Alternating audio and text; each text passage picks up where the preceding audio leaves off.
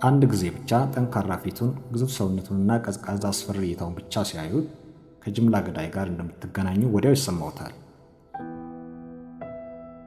ኢዲ አሚን ዳዳ። ይህ ስም እስከ ዛሬ በኡጋንዳ ልብ ውስጥ ፍርሃትን ያነሳል። ከግዙፍ ሰውነቱ የበለጠ አስፈሪ የነበሩት የፈጸማቸው ዘግናኝ ወንጀሎች ናቸው። የሰብአዊ መብት ጥሰቶች፣ ጅምላ ግድያዎችና ምክንያት የሌለው ጭካኔው። ሪፖርቶች እንደሚያሳዩት በስልጣን ላይ በነበረበት ጊዜ እስከ 500,000 ሰዎችን ገድሏል። ይህም በዚያ ጊዜ ካለው የኡጋንዳ ሕዝብ ብዛት ከፍተኛ ክፍል ነበር። ማንም አልተረፈም። የሥራ ባልደረቦቹ፣ ዘመዶቹ፣ እንኳን የሚወዳት ሚስቱም አልተረፈች። ከፈጸማቸው ግፎች የበለጠ የሚያስፈራው ግን በምን አይነት ሐሳብ ውስጥ እንደኖረ ነው። ራሱን የስኮትላንድ የመጨረሻ ንጉሥ ብሎ መጥራት፣ የብሪታንያን ኢምፓየር አሸንፌያለሁ የሚሉ አስገራሚ ንግግሮች መናገር። አሚን በራሱ ዓለም ውስጥ የሚኖር ይመስል ነበር። እናም ጭካኔውን ሁሉ እንደ ትክክል ያየው ነበር።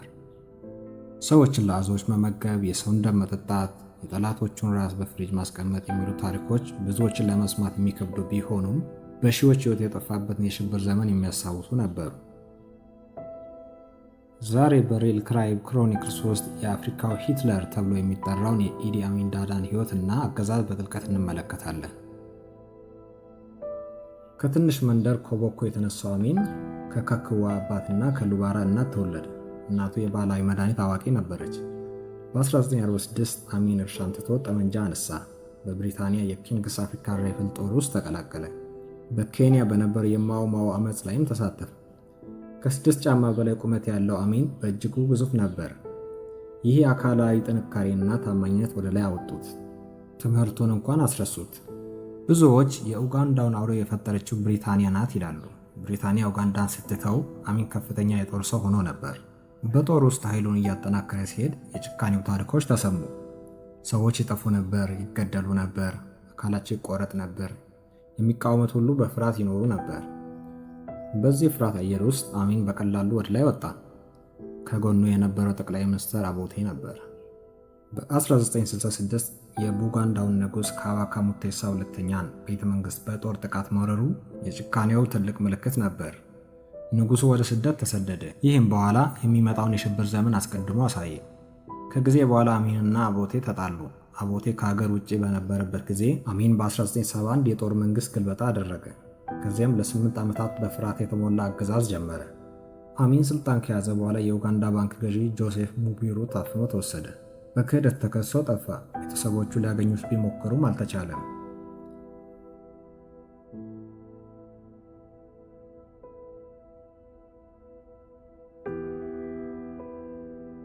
የኡጋንዳው ዋና ዳኛ ቤኔዲክቶ ኩዋኑካ ሙቢሩን ለማግኘት ሞከረ።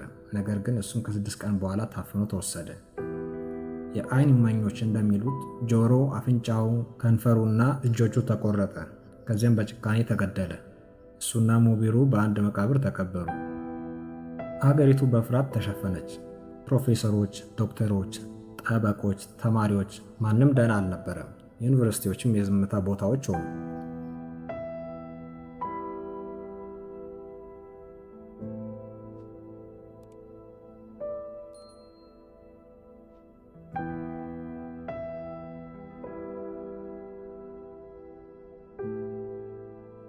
ለ1972 በአሚን አገዛዝ ታሪክ አስፈላጊ ዓመት ነበር። አሚን እስያውያንን ከኡጋንዳ እንዲወጡ አዘዘ። ይህ ውሳኔ የአገሪቱን ኢኮኖሚ አወደመ። ገበያዎች ባዶ ሆኑ፣ ትምህርት ቤቶች ተጣሉ፣ ኢንዱስትሪዎችም ቆሙ። በእነሱም ቦታ ያልተማሩና ያልሰለጠኑ ታማኝ የአሚን ሰዎች ወጡ። ይህም አገሪቱ ወደ ትልቅ ችግር አስገባት። አሚን ሙስሊም ላልሆኑ ሰዎች ጥላቻ ነበሩ። ይህንንም ስልጣኑን ለማጠናከር ተጠቀመበት።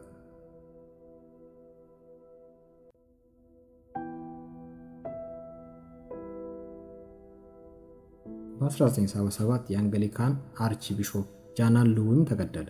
በመኪና አደጋ ሞተ ተባለ። ግን ብዙዎች ይህን በአሚን የታዘዘ ግድያ እንደነበር ያምናሉ። የናይል ወንዝ የሬሳ መጣያ ሆነ ተብሎ ይነገር ነበር። የተገደሉ ሰዎች ሬሳ ወደ ወንዙ ይጣል ነበር። አዞዎችም ይበሉት ነበር ተብሎ ይነገር ነበር። እንዲሁም የሰው ደም ይጠጣ ነበር የሚል አስፈሪ ወሬ ነበር። ይህንንም እንደ ኃይሉ ምልክት ያየው ነበር ተብሎ ይነገር ነበር።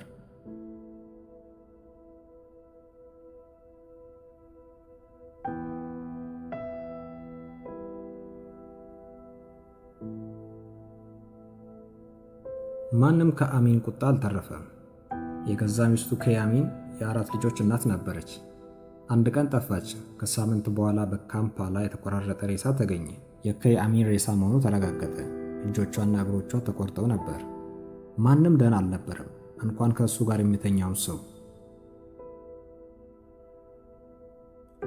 በ1978 አሚን ታንዛኒያን ወረረ። ይህ ግን ትልቁ ስህተት ነበር። ታንዛኒያ ከዩጋንዳ ስደተኞች ጋር ተባብራ ከባድ ጦር አደረገች። በመጨረሻ የአሚን ጦር ተሸነፈ። በ1979 ካምፓላ ወደቀች። የብሪታንያ ኢምፓየር አሸናፊ ብሎ ራሱ የሚጠራው አሚን ሸሸ። መጀመሪያ ወደ ሊቢያ፣ ከዛ ወደ ሳውዲ አረቢያ ሄደ። በስደት ኖረ። ወደ ስልጣን ለመመለስ ቢሞክርም አልቻለም።